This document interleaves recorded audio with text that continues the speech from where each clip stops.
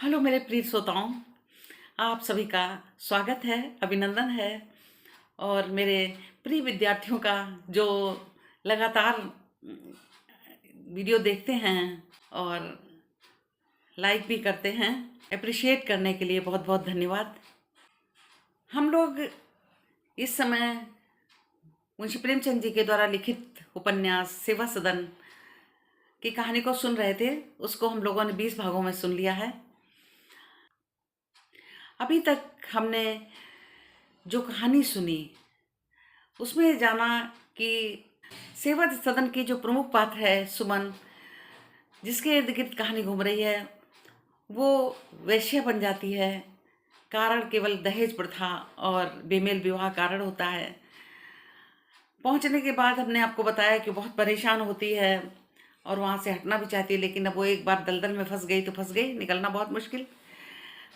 लेकिन तभी जब वो पहले जब वेश्या नहीं बनी थी तो पड़ोस में पंडित पद्म सिंह रहते थे, वकील थे, थोड़ा समाज सुधारक भी थे, कार्य करते थे। उनको पता चलता है, वो बहुत परेशान हो जाते हैं और एक समाज सुधारक जिनके बहुत सी संस्थाओं में जिनके द्वारा कार्य चलता था, उनको पास वो पत्र लिखते हैं और कहते हैं कि वो वहाँ पहुँच गई है। तो दोनों लोग बहुत चिंतित होते हैं और वो किसी तरह से उसको वहाँ से निकालते हैं और निकाल करके एक विधवा आश्रम में रख देते हैं। और वो वहाँ पर जो है किसी को बताती नहीं है और जीवन व्यतीत करने लगती है। इधर सुमन की जो छोटी बहन होती शोभा, उसका पद्म सिंह के भतीजे से विवाह तय हो जाता है। पद्म सिंह को पता भी नहीं था, ना सुमन के बारे में, न शोभा के बारे में। तो जब उनके पिताजी बुलाते हैं सदन के कि विवाह तय हो गया, तो ये लोग जाते हैं घर। अब सदन की जो बारात है वो उमानाथ, जो शोभा और सुमन के मामा थे, उनके दरवाजे में जाती है, क्योंकि वहीं शोभा रह रही है। वहाँ सारा कार्य होता है। अगले दिन सुबह ही कोई आकर के, जो मदन लाल हैं सदन के पिता, उनको बताता है कोई कि इसकी जो बड़ी बहन है सुमन, वो पतिता है और वेश्या बन चुकी है। तो वो उमानाथ को बुला के बहुत नाराज होते हैं कि उन्होंने धोखा दिया और वो ये विवाह नहीं करेंगे और अपनी बारात को लौटने के लिए कह देते हैं। उमानाथ उनको बहुत समझाते हैं कि उसे पहले पता नहीं था, देर से पता चला और सुमन से अब उसका कोई संबंध नहीं है, वो वहाँ पर रहती भी नहीं है। और उसने अब सुना है कि वो आश्रम में रहने लगी है, विधवा आश्रम में, उसका आना जाना नहीं है। परंतु सदन के पिता नहीं मानते हैं। वो कहते हैं कि मैं किसी तरह से बदनामी मोल नहीं ले सकता, और वो बारात लौटा ले जाते हैं। अब इधर जब से बारात लौटी थी तो शोभा के पिता कृष्णचंद, जो अब जेल से छूट कर आ गए हैं, वो भी यहीं साथ में हैं। उनको सुमन के बारे में नहीं पता था और शोभा का कहाँ विवाह तय हुआ ये भी नहीं पता था। लेकिन जब बारात में जाते हैं, वहाँ पता चलता है कि बारात लौटने की बात हुई, तो उन्हें बहुत क्रोध आता है, झगड़ा करने को तैयार हो जाते हैं। तो पूछते हैं क्या कारण है, तो पता चलता है कि सुमन जो है वो वेश्या बन गई है। जब कृष्णचंद को पता चलता है तो बहुत दुख होता है और बारात लौटने के बाद वो घर से बाहर निकलना बंद कर देते हैं और मन में ये लगता है कि इस लड़की ने जो है उसकी जो जीवन था बचा हुआ वो भी खराब कर दिया, बहुत बदनामी कराई, वो उसकी हत्या कर देगा। किंतु बाद में गुस्सा शांत होता है तो सोचता है कि नहीं, उसकी गलती नहीं है, तो मेरी गलती है और समाज की गलती है जिसके कारण वो वेश्या बनी। वो इस बात को दिमाग से निकालता है और स्वयं आत्महत्या कर लेता है, एक नदी में जा कर के आत्महत्या करता है। इधर शोभा जो है उसकी विवाह की बात करती हैं मामी और मामा, दोबारा तय करने के लिए अच्छा सा दहेज दे करके तय उसका करते हैं, क्योंकि ऐसी जिसकी लड़की की हमारे भारतीय समाज में बारात एक बार लौट जाती है तो बहुत सारे प्रश्न उठते हैं। तो मामा बड़ी मुश्किल से इधर उधर बात करते हैं पैसे के बल पर। अब शोभा जब सुनती है तो मना करती है। वो कहती है, क्योंकि वो कहती है कि सदन को उसने अपना पति मान लिया है, अब वो उसको वहीं भेज दिया जाए। परंतु मामी तैयार नहीं होती, बहुत नाराज होती हैं कि ऐसे लोग जिन्होंने तुम्हें एक बार हटा दिया वो तुम्हें अब क्यों लेंगे। शोभा नहीं मानती है। रात में वो पत्र लिखती है पंडित पद्म सिंह को, क्योंकि पंडित पद्म सिंह सदन जिससे तय हुआ था, बारात गई थी जिसके दरवाजे पे, वो उसके चाचा थे। तो वो पत्र लिखती है कि वो मुझे यहाँ से ले जाएं और मेरा विवाह होने वाला है, किसी तरह से प्रार्थना पत्र लिखती है एक तरह से। अब वो पद्म सिंह पढ़ते हैं और ये भी बात लिखती है कि जो है वो अगर एक हफ्ते के अंदर नहीं आए तो वो जो है ऐसा लिखती है कि मृत्यु मतलब आत्महत्या कर लेगी, ऐसा ही उससे आभास होता है। पद्म सिंह बहुत परेशान हो जाते हैं जब देखते हैं। तो वो विट्ठलनाथ के पास पत्र लेकर जाते हैं और जब जाते हैं तो विट्ठलनाथ किसी सभा में वाद विवाद में लगे रहते हैं आपस में, मित्र जो मंडली उनकी होती है। तो वहाँ पहले प्रतीक्षा करते हैं और फिर वो उसमें शामिल नहीं होते क्योंकि बड़े टेंशन में थे। फिर उनसे कहते हैं, पत्र दिखाते हैं। अब पत्र दिखाने के बाद विट्ठलनाथ भी बहुत परेशान हो जाते हैं और उसके बाद में दोनों लोग क्या डिसीजन आगे लेंगे कि किस तरह से उसको बुला के लाया जाए, क्या किया जाए, कहाँ रखा जाए, क्योंकि उसको बचाना था किसी तरह से। तो आगे हम लेखक के शब्दों में जानते हैं। पद्म सिंह ने इन वाद विवादों में कोई भाग न लिया। ज्यों ही अवसर मिला उन्होंने विट्ठलदास को बुलाया और उन्हें एकांत में ले जाकर शांता का पत्र दिखाया। विट्ठलदास ने कहा, अब आप क्या करना चाहते हैं? पद्म सिंह, मेरी तो कुछ समझ में नहीं आता। जब से ये पत्र मिला है ऐसा मालूम होता है मानो नदी में बहा जाता हूँ। विट्ठलदास बोले, कुछ ना कुछ करना तो पड़ेगा। पद्म सिंह, क्या करूं? विट्ठलनाथ, शांता को बुला रही है। पद्म सिंह, सारे घर का नाता टूट जाएगा। विट्ठलनाथ, टूट जाए, कर्तव्य के सामने किसी का भय? पद्म सिंह, यह तो आप ठीक कहते हैं, पर मुझ में इतनी सामर्थ्य नहीं, भैया को मैं अप्रसन्न करने का साहस नहीं कर सकता। विट्ठलनाथ, पर अपने यहाँ न रखिए, विधवा आश्रम में रख दीजिए, यह तो कठिन नहीं है। पद्म सिंह, हाँ, यह आपने अच्छा उपाय बताया, मुझे इतना भी न सूझा। कठिनाई में मेरी बुद्धि जैसे चरने चली जाती है। विट्ठलदास, लेकिन जाना आपको पड़ेगा। पद्म सिंह, ये क्यों? आपके जाने का काम न चलेगा? विट्ठलदास, भला उमानाथ उसे मेरे साथ क्यों बजने लगे? पद्म सिंह, इसमें उन्हें क्या आपत्ति हो सकती है? विट्ठलनाथ, आप तो कभी कभी बच्चों की सी बातें करने लगते हैं। शांता उनकी बेटी न सही, पर इस समय वो उनके पिता हैं। वह उसे एक अपरिचित मनुष्य के साथ क्यों आने देंगे?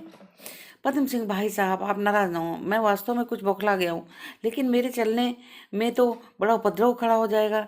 भैया सुनेंगे तो मुझे मार डालेंगे। जनवासे में ही उन्होंने धक्का लगाया था, अभी तक मुझे याद है। विट्ठलदास, अच्छा आप ना चलिए, मैं ही चला जाऊंगा, लेकिन उमानाथ के नाम एक पत्र दे दीजिए तो मैं आपको कोई बाधा नहीं। पद्म सिंह बोले, आप कहेंगे कि यह निरा मिट्टी का लौंदा है, पर मुझ में इतना साहस भी नहीं। ऐसी युक्ति बताइए कि अवसर पड़े तो मैं साफ निकल जाऊं, भाई साहब को मुझ पर दोषारोपण का मौका न मिले। विट्ठलनाथ ने झुंझला कर उत्तर दिया, मुझे ऐसी कोई युक्ति नहीं सूझती। भले मानुस, आप भी अपने को मनुष्य कहेंगे? कहाँ तो धुआंधार व्याख्यान देते हैं, ऐसे उच्च भाव से भरा हुआ मानो मुक्तात्मा है, और कहाँ यह भीरुता? पद्म सिंह लज्जित होकर बोले, इस समय तो चाहे कह लीजिए, जो भी कह लीजिए, पर इस काम का सारा भार आपके ऊपर रहेगा। विट्ठलनाथ बोले, अच्छा एक तार तो दे दीजिए, या इतना भी नहीं होगा? पद्म सिंह उछल कर, मैं तार दे दूंगा। मैं तो जानता था कि आप कोई राह निकालेंगे। अब अगर कभी बात आ पड़ी तो मैं कह दूंगा कि मैंने तार नहीं दिया, किसी ने मेरे नाम से दे दिया होगा। मगर एक ही क्षण में उनका विचार पलट गया। अपनी आत्मवीरता पर लज्जा आई। मन में सोचा, भाई साहब ऐसे मूर्ख हैं कि इस धर्म कार्य के लिए मुझसे अप्रसन्न हो, और यदि हो भी जाएं तो मुझे चिंता न करनी चाहिए। विट्ठलनाथ, तो आज ही तार दे दीजिए। पद्म सिंह, लेकिन यह सरासर जालसाजी होगी। विट्ठलनाथ, हाँ होगी तो आप ही समझिए। पद्म सिंह बोले, मैं चलूँ तो कैसा हो? विट्ठलनाथ, बहुत ही उत्तम, सारा काम बन जाएगा। पद्म सिंह, अच्छी बात है, मैं और आप दोनों चलते हैं। विट्ठलनाथ, तो कब? बस आज तार दे देता हूँ, हम लोग शांता को विदा कराने आ रहे हैं, परसों संध्या की गाड़ी से चले। विट्ठलनाथ, निश्चय हो गया? पद्म सिंह बोले, हाँ निश्चय हो गया, आप मेरा कान पकड़कर ले जाइएगा। विट्ठलदास ने अपने सरल हृदय मित्र की ओर प्रशंसा की दृष्टि से देखा और दोनों मनुष्य जल तरंग सुनने जा बैठे, जिसकी मनोहर ध्वनि आकाश में गूंज रही थी। जिस प्रकार हम स्वास्थ्य लाभ करने के लिए किसी पहाड़ पर जाते हैं तो इस बात का विशेष यत्न करते हैं कि हमसे कोई कुपथ्य न हो। नियमित रूप से व्यायाम करते हैं, आरोग्य का उद्देश्य सदैव हमारे सामने रहता है। उसी प्रकार सुमन विधवा आश्रम में आत्मिक स्वास्थ्य लाभ करने के लिए गई और अभीष्ट को एक क्षण के लिए भी न भूली। वह अपने अन्य बहनों की सेवा में तत्पर रहती और धार्मिक पुस्तकें पढ़ती। देवोपासना स्नानादि में उसके व्यथित हृदय को शांति मिलती। विट्ठल दास ने अमोला के समाचार उससे छिपा रखे थे, लेकिन जब शांता को आश्रम में रखने का विचार निश्चित हो गया, तब उन्होंने सुमन को इसके लिए तैयार करना उचित समझा। उन्होंने कुंवर साहब के यहाँ से आकर सारा समाचार कह सुनाया। आश्रम में सन्नाटा छाया हुआ था। रात बहुत हो चुकी थी, पर सुमन को किसी भांति नींद न आती थी। उसे आज अपने अविचार का यथार्थ स्वरूप दिखलाई दे रहा था। जिस प्रकार कोई रोगी क्लोरोफार्म लेने के पश्चात होश में आकर अपने चीरे फोड़े के गहरे घाव को देखता है और पीड़ा तथा भय से फिर मूर्छित हो जाता है, वह दशा इस समय सुमन की थी। माता पिता बहन तीनों उसे अपने सामने बैठे हुए मालूम होते थे। माता लज्जा तथा दुख से सिर झुकाए उदास हो रही थी। पिता खड़े उसकी ओर क्रोधात मत रक्तवर्ण नेत्रों से ताक रहे थे और शांता शोक नैराश्य तिरस्कार की मूर्ति बनी हुई थी। कभी धरती की ओर ताकती थी, कभी आकाश की ओर। सुमन का चित्त व्यग्र हो उठा। वह चारपाई से उठी और बलपूर्वक अपना सिर पक्की जमीन पर पटकने लगी। वह अपनी दृष्टि में एक पिशाचिनी मालूम होती थी। सिर में चोट लगने से उसे चक्कर आ गया। एक क्षण के बाद उसे चेत हुआ। माथे से रुधिर बह रहा था। उसने धीरे से कमरा खोला। आंगन में अंधेरा छाया हुआ था। वह लपकी हुई फाटक की पर आई, पर वह बंद था। उसने ताले को कई बार हिलाया, पर वो न खुला। बुढ़ा चौकीदार फाटक में जरा हटकर सो रहा था।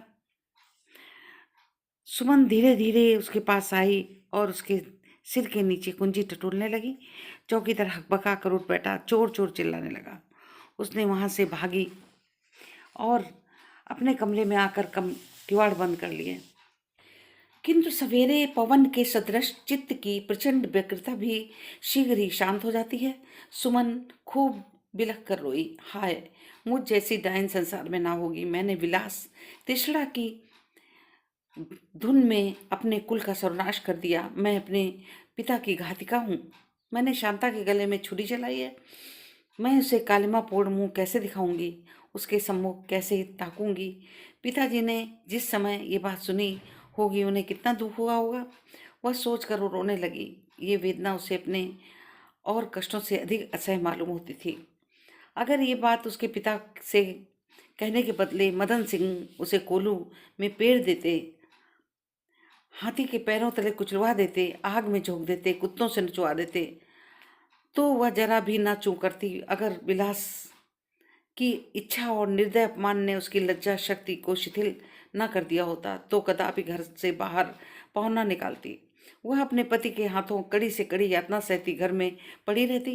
घर में निकलते समय उसे ये ख्याल भी ना था कि मुझे कभी दाल मंडी बैठना पड़ेगा। वह बिना सोचे समझे घर से निकल पड़ी। उस शोक और निराश की अवस्था में वो भूल गई कि मेरे पिता हैं और बहन है। बहुत दिनों के वियोग ने उनका स्मरण भी ना रखा। वह अपने को संसार में अकेली असहाय समझती थी। वो समझती थी कि किसी दूसरे देश में हूँ और मैं जो कुछ करूँगी वह सब गुप्त रहेगा।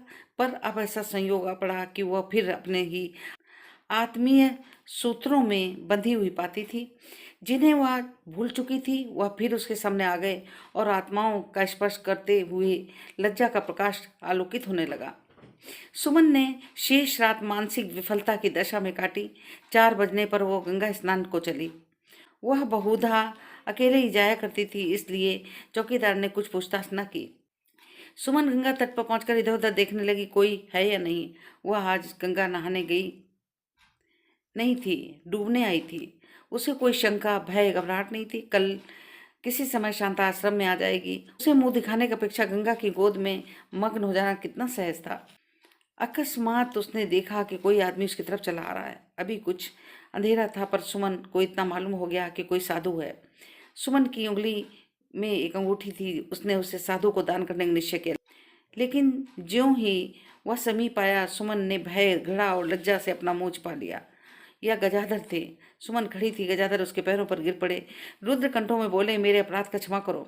सुमन पीछे हट गई। उसकी आंखों के सामने अपमान का दृश्य खिंच गया। घाव हरा हो गया। उसके जी में आया, इसे फटकारूं, कहूं तुम मेरे पिता के घातक हो, मेरे जीवन के नाश करने वाले हो। पर कुछ गजाधर की अनुकंपापूर्ण उदारता, कुछ उसका साधु वेश और कुछ विराग भाव ने, जो प्राणघात का संकल्प कर लेने के बाद उदित हो जाता है, उसे द्रवित कर दिया। उसके नयन सजल हो गए। करुण स्वर में बोली, तुम्हारा कोई अपराध नहीं है, जो कुछ हुआ वो सब मेरे कर्मों का फल है। गजाधर बोले, नहीं सुमन, ऐसा मत कहो, सब मेरी मूर्खता और अज्ञानता का फल है। मैंने सोचा था कि उसका प्रायश्चित कर सकूंगा, पर अत्याचार का भीषण परिणाम देखकर मुझे विदित हो रहा है कि इसका प्रायश्चित नहीं हो सकता। मैंने इन्हीं आंखों से तुम्हारे पूज्य पिता को गंगा में लुप्त होते देखा है। सुमन ने उत्सुक भाव से कहा, क्या तुमने पिताजी को डूबते देखा है? गजाधर बोले, हाँ सुमन, डूबते देखा है। मैं रात का मोहल्ला जा रहा था, मार्ग में वो मुझे मिल गए। मुझे अर्धरात के समय उन्हें गंगा की ओर जाते देखकर संदेह हुआ। उन्हें अपने स्थान पर लाया और उनके हृदय को शांति करने की चेष्टा की। फिर यह समझ कर कि मेरा मनोरथ पूर्ण हो गया, मैं सो गया। थोड़ी देर में जब उठा तो उन्हें वहां न पाकर गंगा तट की ओर दौड़ा। उस समय मैंने सुना कि वो मुझे पुकार रहे थे, पर जब तक मैं निश्चय कर सकूं कि वो कहाँ हैं, उन्हें निर्दयी लहरों ने ग्रस्त लिया। वह दुर्लभ आत्मा मेरी आंखों के सामने स्वर्ग धाम को सिधारी। तब तक मुझे मालूम न था कि मेरा पाप इतना घोरतम है। वह क्षम्य है, अदंड है। मालूम नहीं ईश्वर की यहाँ मेरी क्या गति होगी। गजाधर की आत्मवेदना ने सुमन के हृदय पर वही काम किया जो साबुन मैल के साथ करता है। उसने जमे हुए मालिन्य को काटकर ऊपर कर दिया। वो संचित भाव ऊपर आ गए जिन्हें वो गुप्त रखना चाहती थी। बोली, परमात्मा ने तुम्हें सद्बुद्धि प्रदान कर दी है, तुम अपने सुकीर्ति से चाहे कुछ कर भी लो, पर मेरी क्या गति होगी? मैं तो दोनों लोगों से गई। हाय, मेरी विलास तृष्णा ने मुझे कहीं का न रखा। अब क्या छिपाऊं तुम्हारे दारिद्र्य और उसके अधिक तुम्हारे प्रेम। विहीन व्यवहार ने मुझे असंतोष का अंकुर जमा दिया और चारों ओर पाप, जीवन की मान मर्यादा, सुख विलास देखकर इस अंकुर ने बढ़ते बढ़ते भटकइये के सदृश सारे हृदय को छा लिया। उस समय एक फफोले को फोड़ने के लिए जरा सी ठेस बहुत थी।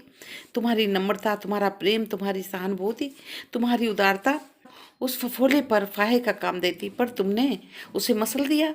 मैं पीड़ा से व्याकुल संज्ञाहीन हो गई। तुम्हारे उस पाशविक व्यवहार का जब स्मरण होता है तो हृदय की एक ज्वाला सी दहकने लगती है। अंतःकरण से तुम्हारे प्रति शाप निकल जाता है। ये मेरा अंतिम समय है। एक क्षण में ये पापमय शरीर गंगा में डूब जाएगा। पिताजी की शरण में पहुंच जाऊंगी। इसलिए ईश्वर से प्रार्थना करती हूँ कि तुम्हारे अपराधों को क्षमा करे। गजाधर ने चिंतित स्वर में कहा, सुमन, यदि प्राण देने से पापों का प्रायश्चित हो जाता तो मैं अब तक कभी का प्राण दे चुका होता। सुमन बोली, कम से कम दुखों का अंत तो हो जाएगा। गजाधर, हाँ, तुम्हारे दुखों का अंत हो सकता है, पर उनके दुखों का अंत ना होगा जो तुम्हारे दुखों से दुखी हो रहे हैं। तुम्हारे माता पिता शरीर बंधन से मुक्त हो गए हैं, लेकिन उनकी आत्माएं अपनी विदेहावस्था में तुम्हारे पास विचर रही हैं। वह अभी तुम्हारे सुख से सुखी और दुख से दुखी होंगे। सोच लो, प्राणघात करके उनको दुख पहुंचाओगी या अपने पुनरुद्धार करके उन्हें सुख की शांति दोगी। पश्चाताप अंतिम चेतावनी है जो हमें आत्म सुधार की निमित्त ईश्वर की ओर से मिलती है। यदि इसका अभिप्राय ना समझकर हम शोकावस्था में अपने प्राणों का अंत कर दें तो मानो हमने आत्मोद्धार की इस अंतिम प्रेरणा को भी निष्फल कर दिया। ये भी सोचो कि तुम्हारे न रहने से उस अबला शांता का क्या गति होगी जिसने अभी संसार के ऊंच नीच का कुछ अनुभव नहीं किया। तुम्हारे सिवा उसका संसार में कौन है? उमानाथ का हाल तुम जानती हो। वह उसका निर्वाह नहीं कर सकते। उनमें दया है पर लोभ उससे अधिक है। कभी न कभी उससे अवश्य ही अपना गला छुड़ा लेंगे। उस समय वो किसकी होकर रहेगी? सुमन को गजाधर के इस कथन की सच्ची संवेदना की झलक दिखाई दी। उसने उनकी ओर विनम्रता सूचक दृष्टि से देखकर कहा, शांता से मिलने की अपेक्षा मुझे प्राण देना सहज प्रतीत होता है। कई दिन हुए उसने पद्म सिंह के पास एक पत्र भेजा था। उमानाथ उसकी कही और विवाह करना चाहते हैं। वह इसे स्वीकार नहीं करती। गजाधर बोली, देवी है। सुमन बोली, शर्मा जी बेचारे और क्या करते। उन्होंने निश्चय कि उसे बुलाकर आश्रम में रखें। अगर उनके भाई मान जाएंगे तब तो अच्छा है, नहीं तो उस दुखिया को न जाने कितने दिनों तक आश्रम में रहना पड़ेगा। वह कल यहाँ आ जाएगी। उसके सम्मुख जाने का भय, उसकी आंखें मिलाने की लज्जा मुझे मारे डालती है। जब वह तिरस्कार की आंखों से मुझे देखेगी, उस समय मैं क्या करूँगी? और जो कहीं उसने घृणावश मुझसे गले मिलने में संकोच किया, तब मैं उसी क्षण विष खा लूँगी। इस दुर्गति से तो प्राण देना ही अच्छा है। गजाधर ने सुमन को श्रद्धा भाव से देखा। उन्हें अनुभव हुआ कि ऐसी अवस्था में मैं भी यही करता जो सुमन करना चाहती है। बोले, सुमन, तुम्हारे ये विचार यथार्थ हैं, पर तुम्हारे हृदय पर जो कुछ बीते, शांता के हित के लिए तुम्हें सब कुछ सहना पड़ेगा। तुमसे उसका जितना कल्याण हो सकता है, उतना अन्य किसी से नहीं हो सकता। जब तक तुम अपने लिए जीती थी, अब दूसरों के लिए जियो। ये कहकर गजाधर जिधर से आए थे उधर चले गए। सुमन गंगा जी के तट पर देर तक खड़ी उनकी बातों पर विचार करती रही। फिर स्नान करके आश्रम की ओर चली गई, जैसे कोई मनुष्य समर में परास्त होकर घर की ओर जाता है।